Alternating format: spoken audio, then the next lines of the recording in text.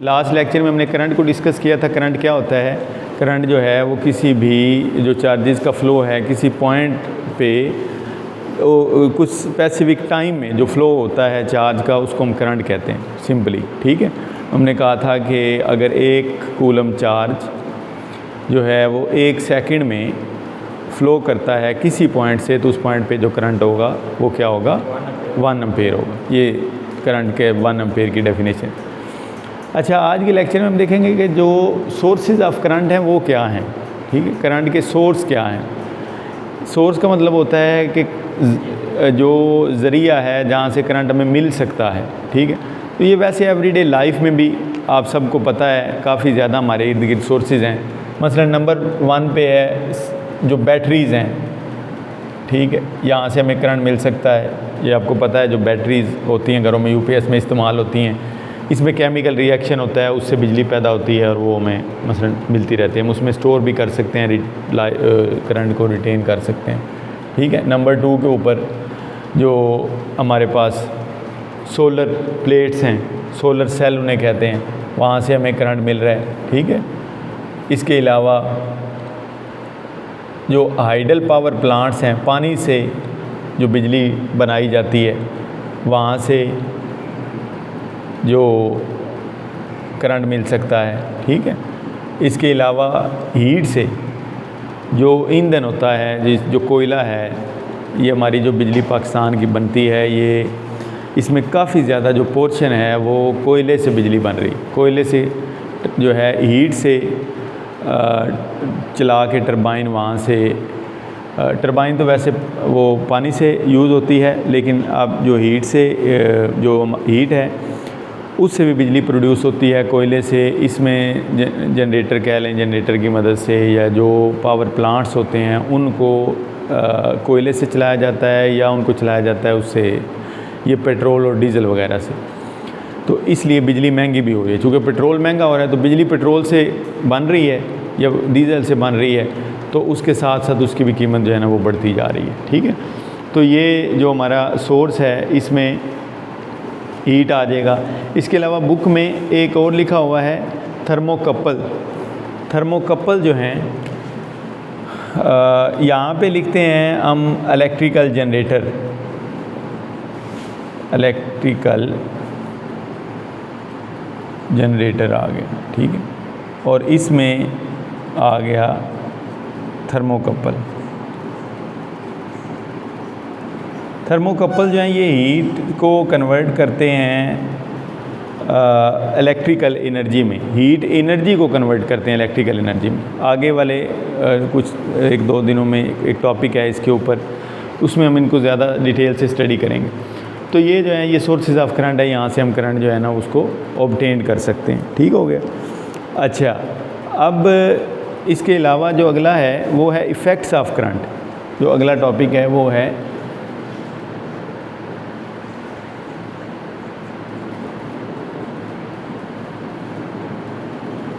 Effects of current. Effects of current में सबसे पहला कौन सा इफ़ेक्ट है? Heating effect. अच्छा, हीटिंग इफ़ेक्ट। हीटिंग इफ़ेक्ट का क्या मतलब है? हीटिंग इफ़ेक्ट का ये मतलब है कि करंट जहाँ से पास होगा वहाँ पे हीट जनरेट कर देगा, वहाँ पे वो वायर गर्म हो जाएगी। इसकी बड़ी सिंपल सी मिसाल है। आप अभी नोटिस किया हो कि जो तारें होती हैं जिनमें से करंट गुज़र रहा होता है, चाहे वो हमारी पंखे की तार है, चाहे वो हमारी जो है वो किसी मशीन की तार है, जनरेटर की तार है, तो वो गर्म हो जाती है और गर्मियों में ज़्यादा गर्म हो जाती है। इवन वो जल भी जाती है गर्मियों में। क्यों? क्योंकि करंट, ये करंट के हीटिंग इफ़ेक्ट की वजह से है कि करंट जब भी पास होता है वो क्या प्रोड्यूस करता है? हीट प्रोड्यूस करता है। अच्छा, इसमें इसका एक पॉजिटिव साइड भी है हीटिंग इफ़ेक्ट की। एक तो ये नेगेटिव साइड है ना, ये तो हमें पता चल गया कि करंट जब गुजरेगा तो वो हीट प्रोड्यूस करेगा। हीट क्यों प्रोड्यूस करेगा? ये वैसे क्वेश्चन ये है कि हीट क्यों प्रोड्यूस करेगा। हीट इसलिए प्रोड्यूस करेगा कि जब करंट पास होगा तो कोलिजन्स होंगे, किसके? इलेक्ट्रॉन्स के, और जो कंडक्टर के अंदर दीवारों में एटम्स हैं उनके आपस में कोलिजन्स होंगे। उन कोलिजन में, उन टकराव में हीट प्रोड्यूस होगी। ठीक हो गया। अच्छा, ये तो एक करंट का जो है वो इफ़ेक्ट है, हमें पता चल रहा है हीट का, हीट प्रोड्यूस होती है। इसका एक पॉजिटिव साइड है, इस हीट को हम यूज़ भी कर सकते हैं, हम सब यूज़ करते हैं उसको एवरीडे लाइफ में। कोई बता सकता है कि वो कौन सा हीटिंग इफ़ेक्ट करंट का है जिसको हम रोज़ाना इस्तेमाल करते हैं? जो आयरन है, जो इस्त्री है, ये हीटिंग इफ़ेक्ट की वजह से बनती है। करंट हीट प्रोड्यूस करेगा, उस हीट को हम यूज़ करेंगे, अपने कपड़े इस्त्री करेंगे। नंबर 2, कैटल, इलेक्ट्रिक कैटल में जो चाय बनती है वो पानी गर्म होता है, वो करंट की वजह से होता है। नंबर 3, नहीं ओवन नहीं इसमें आएगा।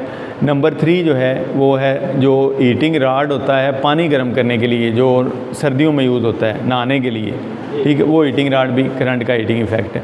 तो ये इसके सारे जो है ना ये पॉजिटिव इसके एस्पेक्ट्स हैं।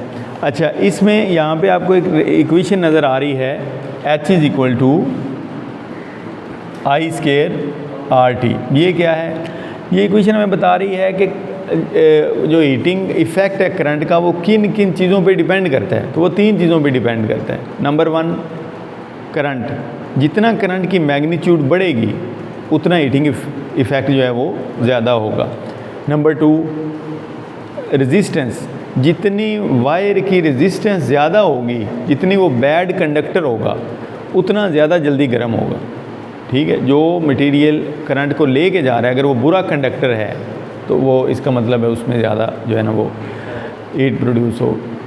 अच्छा, नंबर 3 पे टाइम, जितने टाइम में जो करंट फ्लो करता रहेगा उस वायर से, उतनी देर तक वहाँ पे हीट प्रोड्यूस होती रहेगी। अगर करंट की ड्यूरेशन ज़्यादा है फ़्लो करने की, आधा घंटा, 40 मिनट, घंटा, और मुसलसल वो फ़्लो करता जा रहा है, तो जितनी देर तक करंट वहाँ पे रहेगा उतनी देर तक जो है वो हीट भी वहाँ पे मौजूद रहेगी। टाइम के साथ जो है ना वो उसका लिंक बन रहा है डायरेक्ट। ठीक है, आर जो है ये रेजिस्टेंस ऑफ द वायर है। ठीक है, ये है हमारे पास, और टी जो है ये टाइम है। ठीक है, जिस टाइम में करंट फ्लो होता है। नंबर 2 के ऊपर, ये तो करंट का हीटिंग इफ़ेक्ट पहला इफ़ेक्ट था। जो सेकंड करंट का इफ़ेक्ट है वो है मैग्नेटिक इफ़ेक्ट। मैग्नेटिक इफ़ेक्ट हमें ये बताता है कि करंट जहाँ से गुजरेगा ना वहाँ पे मैग्नेटिक फील्ड प्रोड्यूस कर देगा। यानी कि करंट के पास जिस वायर से हो रहा है, जिस प्लेस से हो रहा है, उसके इर्द गिर्द एक फ़ील्ड मौजूद होती है, जिस फील्ड का नाम है मैग्नेटिक फील्ड। अच्छा, ये इस तरह से ही है जैसे इलेक्ट्रिकल चार्ज, जो चार्ज रेस्ट में होता है वो पड़ा हुआ हो तो उसके इर्द गिर्द कौन सी फील्ड होती है? Electric field. और मूविंग चार्जेस के इर्द गिर्द कौन सी फील्ड होती है? Magnetic field. वो ये जो मैग्नेटिक इफ़ेक्ट है वो ये बताता है। इसके बहुत ज़्यादा असरात हैं। जो मैग्नेटिक इफ़ेक्ट है इसके, ये करंट मिसाल के तौर पर यहाँ से पास आउट हो रहा है तो इसके इर्द गिर्द जो है ना ये मैग्नेटिक फील्ड इस तरह सर्कुलर फॉर्म में होगा, और ये फील्ड जो है इसकी डायरेक्शन भी मालूम की जा सकती है राइट हैंड रूल से। अगर मैं राइट हैंड रूल लगाऊं इस तरह से थंब, और मैं अपनी फिंगर को कर्ल करूं तो फील्ड की ये डायरेक्शन बन रही है। आपने अपने थंब को करंट की डायरेक्शन में रखना है, और जो फिंगर्स हैं इसको किसकी डायरेक्शन में रखना है? मैग्नेटिक फील्ड की डायरेक्शन में। तो इसको, ये जो है, इससे क्या प्रोड्यूस होगा? इससे करंट की मैग्नेटिक फील्ड की डायरेक्शन हमें मिल जाएगी। इसके बहुत ज़्यादा फ़ायदे हैं मैग्नेटिक इफ़ेक्ट ऑफ करंट के, बहुत ज़्यादा, कि जब ये पता चला कि करंट मैग्नेटिक फील्ड भी रखता है तो इससे एक पूरी जो फिज़िक्स की ब्रांच है वो उसने जन्म लिया। मैग्नेटिज़म हम स्टडी कर रहे हैं, इलेक्ट्रोमैग्नेटिज़म। तो इलेक्ट्रोमैग्नेटिज़म का मतलब है इसमें हम इलेक्ट्रिसिटी भी स्टडी करेंगे, जो करंट गुजरता है तो बिजली उसका काम करता है, और उसके जो मैग्नेटिक इफ़ेक्ट है वो इतना बड़ा है, उसमें उसके वो इतना फैला हुआ है कि उसमें फ़िज़िक्स की एक पूरी ब्रांच एग्जिस्ट करती है मैग्नेटिज़म के नाम से, जिसमें सिर्फ हम करंट के मैग्नेटिक इफ़ेक्ट को स्टडी करेंगे। उसमें बाकायदा अम्पेयर्स लॉ है जो करंट के मैग्नेटिक फील्ड से डील करता है, उसमें बायोट-सैवरेट लॉ है, उसमें फैराडेज लॉ है, उसमें जो है ये आगे हमारे जो चैप्टर हैं वो मैग्नेटिज़म से डील करेंगे तो पूरा हम उसको डिटेल से स्टडी करेंगे। मैग्नेटिक फील्ड से भी करंट पैदा हो सकता है। ये भी हम इसमें देखेंगे। अच्छा, इसके बाद जो अगला इफ़ेक्ट है, तीसरा इफ़ेक्ट है, ये है केमिकल इफ़ेक्ट। केमिकल इफ़ेक्ट क्या है? केमिकल इफ़ेक्ट हमें ये बताता है कि करंट जो है ये कुछ ऐसे रिएक्शंस होते हैं जिनको कंडक्ट करवाने के लिए इलेक्ट्रिसिटी की ज़रूरत होती है, बिजली की ज़रूरत होती है। यानी कि अगर वो केमिकल रिएक्शंस बिजली पास होने से कंडक्ट होते हैं, ठीक है। तो वहाँ से वो जो केमिकल रिएक्शन हैं उनमें जो करंट का स्पेसिफिक रोल होता है, मतलब कोई केमिकल रिएक्शन, अभी हम यहाँ पे देखेंगे भी मिसाल में कि कोई केमिकल रिएक्शन है जिसके कंडक्ट होने में करंट एक स्पेसिफिक रोल प्ले करता है, उसका जो रोल है उसको हम केमिकल इफ़ेक्ट ऑफ करंट कहते हैं। यानी कि करंट केमिकल रिएक्शन को करवाने में एक रोल प्ले कर रहा है, एक अमल कर रहा है। जैसे आपको पता है कुछ केमिकल रिएक्शन होते हैं उनमें कैटलिस्ट होते हैं, तो कैटलिस्ट क्या करते हैं? कैटलिस्ट जो है उस केमिकल प्रोसेस को या तो तेज़ कर देते हैं या स्लो कर देते हैं, या उसमें से कोई चीज़ रोक देते हैं या उसमें कोई चीज़ ऐड कर देते हैं। तो वो केमिकल रिएक्शन जो है ना उसमें अपना एक रोल प्ले करते हैं, उसके अंदर जो है वो उसको हेल्प करते हैं रिएक्शन को। तो इस तरह से ये जो केमिकल इफ़ेक्ट ऑफ करंट है, इसमें करंट केमिकल रिएक्शन में यूज़ हो रहा है, ठीक है। तो इसमें सबसे पहले ये देखें, हमारे पास जो एग्ज़ाम्पल है, इसमें एग्ज़ाम्पल है कॉपर सल्फेट सॉल्यूशन की। अच्छा, यहाँ पे ये जो इसमें नज़र आ रहा है ये CuSO4 है, कॉपर सल्फेट सॉल्यूशन। ये जो टब है, ये जिसके अंदर ये सारा काम हो रहा है, इसका नाम है वोल्टामीटर, ठीक है। ये इसका नाम वोल्टामीटर है। ये जो दो आपको रॉड नज़र आ रहे हैं इनको कहते हैं इलेक्ट्रोड्स, ठीक है। और इनको मैं बैटरी के साथ कनेक्ट कर देता हूँ। यहाँ से बैटरी से अगर मैं इसे कनेक्ट करूँ, थोड़ा इसको शॉर्ट करते हैं ताकि ऊपर जगह कम है, ये थोड़ा सा इसको शॉर्ट करना पड़ा है। इसको मैं बैटरी के साथ कनेक्ट कर रहा हूँ और जो बैटरी का पॉजिटिव टर्मिनल जिसके साथ जुड़ा हुआ है उसको हम क्या बोलेंगे? एनोड। और जिसके साथ नेगेटिव टर्मिनल जुड़ा हुआ है उसको हम क्या बोलेंगे? कैथोड बोलेंगे। ये ठीक है। ये साथ रियोस्टेट लगाई हुई है। रियोस्टेट क्या करती है? करंट को कंट्रोल करती है, करंट बढ़ाना हो कम करना हो इसको। अच्छा, ये दोनों का कलेक्टिव नेम क्या है? दोनों का कंबाइन नेम, जो इसका और इसका मिला के दोनों का कंबाइन नेम क्या है? इलेक्ट्रोड्स, ठीक है। अच्छा, और ये जो सॉल्यूशन है ना, जिसके अंदर जो कॉपर सल्फेट सॉल्यूशन मौजूद है इसके अंदर, इसको कहते हैं इलेक्ट्रोलाइट, ठीक हो गया। ये सारी टर्म्स आपने याद रखनी है। वोल्टामीटर क्या होता है? कंटेनर जिसके अंदर ये केमिकल रिएक्शन हो रहा है, और जो सॉल्यूशन है अंदर उसको हम इलेक्ट्रोलाइट बोलते हैं। ये जो दो रॉड्स हैं इनको हम क्या बोलते हैं? इलेक्ट्रोड। एक जो है इसमें एनोड है और एक जो है ये कैथोड है। एनोड कौन सा होता है? जिसके साथ पॉजिटिव चार्ज लगा हुआ है और पॉजिटिव टर्मिनल से कनेक्ट है, और जो कैथोड है जो नेगेटिव टर्मिनल से कनेक्टेड है, ठीक हो गया। अच्छा, अब यहाँ पे होगा क्या? होगा ये कि जो ही करंट इसमें से गुजरेगा तो ये जो कॉपर सल्फेट CuSO4 है ये इसको दो हिस्सों में तोड़ देगा। CuSO4 इसको दो हिस्सों में तोड़ देगा, copper plus SO4, copper ion बन जाएगा और SO4-2 ये भी आयन बन जाएगा। ये पॉजिटिव आयन है और नेगेटिव आयन है।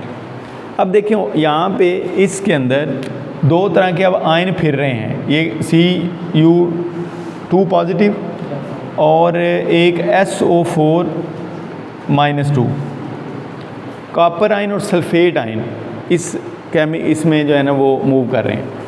अच्छा, अब देखिए इस पे पॉजिटिव चार्ज है। पॉजिटिव चार्ज वाला क्या करेगा? ये उस तरफ जाएगा, ये उस तरफ जाएगा और जाके एनोड पे नेगेटिव चार्ज है, ये एनोड के साथ जाके उसके ऊपर डिपॉजिट हो जाएगा, चिपक जाएगा, उसके साथ स्टिक हो जाएगा, ठीक। इस पे कौन सा चार्ज है? इस पे नेगेटिव चार्ज है। ये इधर जाएगा और ये इस पे आके इसके साथ मिलेगा। अच्छा, ये वाला जो एनोड है ना, ये प्योर कॉपर का बना हुआ है, प्योर कॉपर का। इसे जानबूझ के कॉपर का बनाया गया है। इसकी वजह मैं अभी एंड पे आपको बताता हूँ, इसे कॉपर का नहीं है, ये कॉपर का नहीं है। अब सल्फेट आयन यहाँ से आएगा, यहाँ पे जब आएगा तो ये जो प्योर कॉपर है इसके साथ मिलेगा और मिल के यहाँ से कॉपर निकाल लेगा और दोबारा CuSO4 बन जाएगी। इसको ध्यान से समझें, SO4-2 जो सल्फेट आयन है, ये मूव करता करता चूँकि नेगेटिव चार्ज है, ये एनोड पे आएगा, एनोड पॉजिटिव है, लेकिन एनोड कॉपर का बना हुआ है। एनोड पॉजिटिव है लेकिन बना किसका हुआ है? कॉपर का, प्योर कॉपर का। तो ये जो प्योर कॉपर है, ये जो ही सल्फेट आयन नेगेटिव उस पे पहुंचेगा, वहाँ से इसको 2 कॉपर के एटम चाहिए, क्योंकि -2 है ये 2 कॉपर के आयन लेगा और ये दोबारा से जो है क्या बना देगा, ये क्या बना देगा? CuSO4 सोल्यूशन दोबारा बन जाएगा। पहले सोल्यूशन ब्रेक हुआ था, सिर्फ ब्रेक होता जाता तो शायद ख़त्म हो जाता। ये सोल्यूशन ब्रेक हुआ था, लेकिन साथ ही सल्फेट वहाँ पे गया है। ये बड़ा समझदार निकला है और इसने जाके वहाँ से इसको पता चल गया कि ये तो कॉपर का बना हुआ है, वहाँ से उसने 2 कॉपर के एटम लेके दोबारा CuSO4 बना दिए। इसका क्या बनेगा? ये जाएगा इधर और ये 2 इलेक्ट्रॉन वहाँ से लेगा। ये जो कॉपर आयन है, ये इसको 2 इलेक्ट्रॉन चाहिए और ये लेगा वहाँ से नेगेटिव से और वहाँ पे स्टे कर जाएगा। यानी कि 2 इलेक्ट्रॉन इसको मिलेंगे तो वहाँ से निकाल के बाहर नहीं आएगा। 2 इलेक्ट्रॉन वहाँ पे इसको मिलेंगे तो ये उनके साथ चिपक के वहाँ पे रुक जाएगा, उसके ऊपर लग जाएगा। तो ये जो Cu2 पॉजिटिव है, ये 2 इलेक्ट्रॉन ले के तो कॉपर बन जाएगी, इसके ऊपर डिपॉजिट होती जाएगी ये वाली। अच्छा, इसकी अब समझ आ गई है हमें। अब देखें हो क्या रहा है ये कि कॉपर सल्फेट सोल्यूशन है, सोल्यूशन टूटा है करंट की वजह से।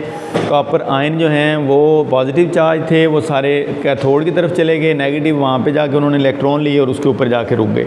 जो सल्फेट आयन है जो नेगेटिव है, ये क्या कर रहे हैं, ये सारे के सारे यहाँ से निकल के इधर आ रहे हैं और यहाँ पे एनोड से कॉपर लेते हैं और दोबारा CuSO4 बन रहा है। सोल्यूशन अपनी जगह पे मेंटेन है। अच्छा, इसमें सिर्फ एक चीज़ कम हो रही है और एक चीज़ बढ़ भी रही है। कम क्या हो रहा है, जब कॉपर यहाँ से उतरती जाएगी तो ये एनोड जो है ना, ये आहिस्ता आहिस्ता से ना इरोड होता जाएगा, ना खुरदा जाएगा। जैसे पंजाबी में वर्ड यूज़ करते हैं ना, खुरदा, तो इरोजन, इसकी ये इरोड होता जाएगा, इरोड, और यहाँ से कॉपर उतर के उस पर जमा होती जाएगी और इस पे कॉपर जो है ना ये ऐड होती जाएगी, डिपॉजिट होती जाएगी। इस केमिकल रिएक्शन ने एक बड़ा इम्पॉर्टेंट काम किया है। इसने ये किया है कि कॉपर को एक जगह से उतार के दूसरी जगह पे लगा दिया है। अगर मैं कॉपर की जगह पे यहाँ पे गोल्ड यूज़ करूँ, मैं कहता ये रिएक्शन सोने से हो रहा है। कॉपर भी एक मेटल है, गोल्ड भी एक मेटल है। अगर ये काम सोने से हो रहा हो तो फिर क्या होगा, इधर मैं रख दूँ प्लास्टिक, या प्लास्टिक ना रखूँ मैं, इधर कोई और मटेरियल लोहा आयरन वगैरह रख दूँ, आयरन, और ये सोने का राड हो, तो क्या होगा, सोने दी उधर से पान चढ़ जाएगी। तो जो सोने की पान है, जो बेसिकली इसके लिए एक टर्म भी यूज़ की जाती है, स्पेसिफिकली कलमकारी शायद कहते हैं इसको। तो जो सोने की हम पान चढ़ाते हैं वो इस तरह से ही चढ़ती है कि हम एक मटेरियल से आयरन मेल्ट, जो गोल्ड है वो मेल्ट हो रहा है और दूसरे के ऊपर डिपॉजिट हो रहा है। तो ये करंट, दिस प्रोसेस जो है ये सारा क्यों हो रहा है, यहाँ पे जो सबसे इम्पॉर्टेंट चीज़ है वो क्या है, करंट है। करंट उस सोल्यूशन को तोड़ रहा है, वहाँ पे करंट ही है जिसने एक को एनोड बनाया हुआ है, एक को कैथोड बनाया हुआ है, ये करंट ही कर रहा है। और उसको जब तक वो एनोड रखता है तब तक सारे सल्फेट आयन आते रहते हैं, वहाँ से कॉपर निकालते रहते हैं। करंट बंद हो जाएगा तो रिएक्शन बंद हो जाएगा। तो करंट का इस रिएक्शन के करवाने में वेरी वेरी इंपॉर्टेंट रोल है। अगर करंट नहीं है तो यहाँ पे ये रिएक्शन इस तरह से नहीं हो सकता। तो इस रिएक्शन का बेनिफिट क्या है, इस रिएक्शन का बेनिफिट ये है कि हम एक्सपेंसिव मेटल्स को, एक्सपेंसिव मेटल की लेयर्स चीपर मेटल्स के ऊपर चढ़ा सकते हैं। हम एक्सपेंसिव मेटल्स की लेयर्स को चीपर मेटल के ऊपर कोट कर सकते हैं। गोल्ड की लेयर को आयरन पे लगा सकते हैं, कॉपर की लेयर को आयरन पे लगा सकते हैं। जो भी चीपर मेटल्स हैं, सिल्वर है, जैसे चांदी है, उसकी पान चढ़ानी है किसी के ऊपर, तो उसकी मेटल को जो है इसके ऊपर लगा सकते हैं। सॉरी मैंने यहाँ पे प्लास्टिक का वर्ड यूज़ किया, प्लास्टिक नहीं यूज़ कर सकते, उसकी वजह ये है कि ये है कैथोड।